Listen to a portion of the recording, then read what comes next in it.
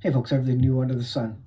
With the stuff going on in the world today and the battle, the World War III that we're experiencing right now, this is really a battle for control of the world reserve currency, the US dollar, the petrodollar. This is the war to protect the petrodollar because, of course, Russia, China, they want to deal in gold. They don't want to pay for oil in US dollars. And really, at the end of the day, this is what all these major world wars are about: power, control of the world reserve currency. So, along with that, is the idea that we're going to go to a digital currency at some point. And the Bible does state that there will be some sort of digital currency. Well, it doesn't state it, but it implies it because you won't be able to buy or sell unless you have the mark. And what is the mark? Well, it is some sort of cashless society.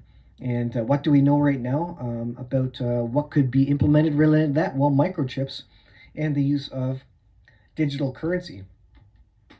This is nowtheendbegins.com. Global banking conglomerates to join with the Federal Reserve Bank of New York to conduct a 12-week digital dollar pilot program. So Revelation 13:17 says, and that no man might buy or sell save he that has the mark, or the name of the beast, or the number of his name. At the very time one of the world's largest crypto exchanges, FTX, has been mysteriously put out of business, the announcement is made of the establishment of a pilot program to create U.S. digital currency.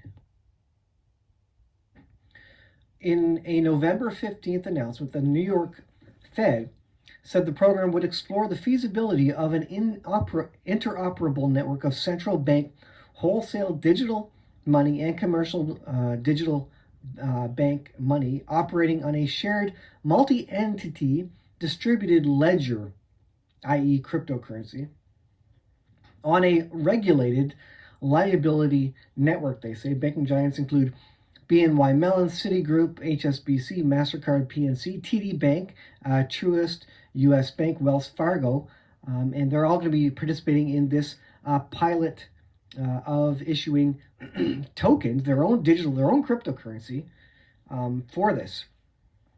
Now, you know that as soon as they roll this out, they're going to outlaw and regulate all other cryptocurrencies because they can't have any competing currency. That's what this war is with Russia, etc. It is a competition for world reserve currency. And so you have to go to war to prevent other countries from trying to change that.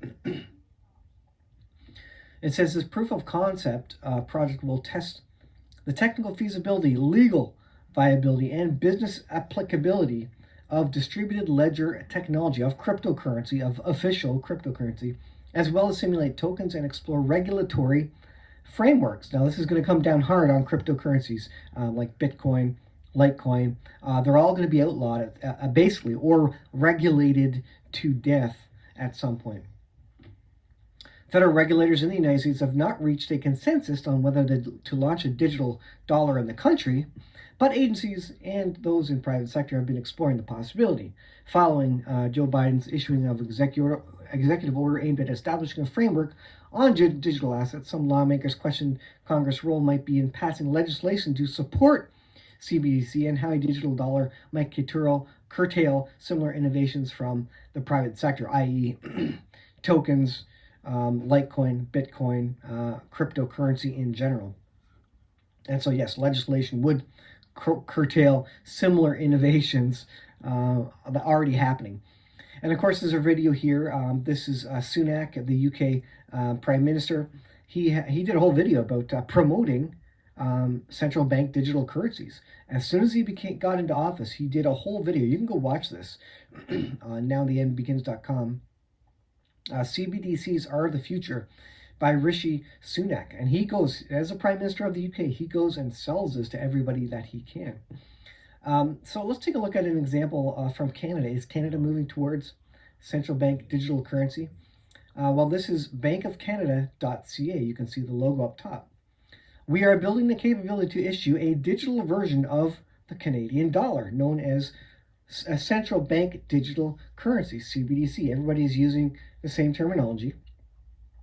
And it says that Canadians can trust and rely on, so we should be ready. So we can be ready should the need arise. You betcha they're ready. They're ready for the collapse of the US dollar as the world reserve currency and the moving to a digital currency.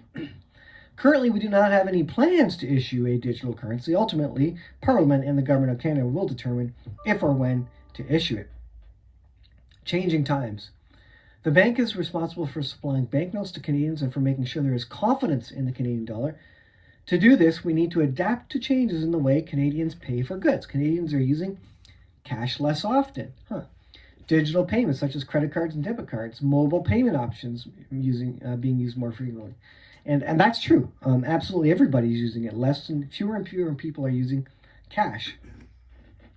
The day may come when Canadians can no longer readily use cash, or and that's when they outlaw cash, or when an alternative private digital currency becomes widely adopted. And that's what they're going to start pushing, a private digital currency. That might be the tipping point when CBDC could be needed. Banknotes will continue to be available for Canadians, even if a central bank digital currency were to be introduced. They would be available, but they would put a tax on them. So if you were taking $5 out of a bank, they would put tax on that, saying, you know what, you can take $5 out, but we're going to tax you 10%, 15%, whatever the amount is on that value, because it costs us money to continue to provide you with banknotes, with physical banknotes. They are going to incentivize strongly, incredibly strongly, for you to just simply use digital means. So it goes down to the bottom here. We don't see a need to issue CBDC right now, central bank digital currency, and we don't know if it will be, if we will need to in the future. Of course, they know exactly that they will need to in the future, but we need to prepare for the possibility, because it will take several years to develop and process, and the process must address complex policy issues including privacy, security, accessibility, and universal access. And this is what it's all about. There will be no privacy with central bank digital currency. It's impossible. Once it's digital, it's in a computer system. They know exactly what you buy, when you buy it, how much it costs, and who purchased it, and they can track it. They can track it everywhere in the whole system. And they keep going back to Parliament and Government of Canada are going to decide. And you betcha the Government of Canada is going to decide. And it's probably not going to be based on what the will of the people want. So, folks, Mark of the Beast system is coming. All central banks, this is just an example of Canada, the Bank of Canada, but all central banks around the world are getting ready for this. They're gearing up for this. This technology is not new anymore by any stretch. These banks have been looking at this for a long time. There's a lot of incentive to do it, a lot of security reasons, fraud, etc., to be moving to it. A lot of good reasons technically to be doing it, but ultimately we know that in Revelation it does speak of a time when no man can buy or sell save he that has this particular mark provided by the Antichrist, which is a world leader and a global government at that time. And we are marching headlong into this period of time. The collapse of the US dollar is quickening. And the collapse of the world economic system is going even more quickly. And as we move into World War III, what happens when you go into World War? Well, economies reset. That's what happened in World War II. The economy reset. Things go real bad for a while until things get reset into a new digital currency, a new currency system. So, folks, continue to watch, continue to prepare. This is inevitable. You can't stop it at this point. Bible says it's coming, and we're getting close to it. Thanks for watching.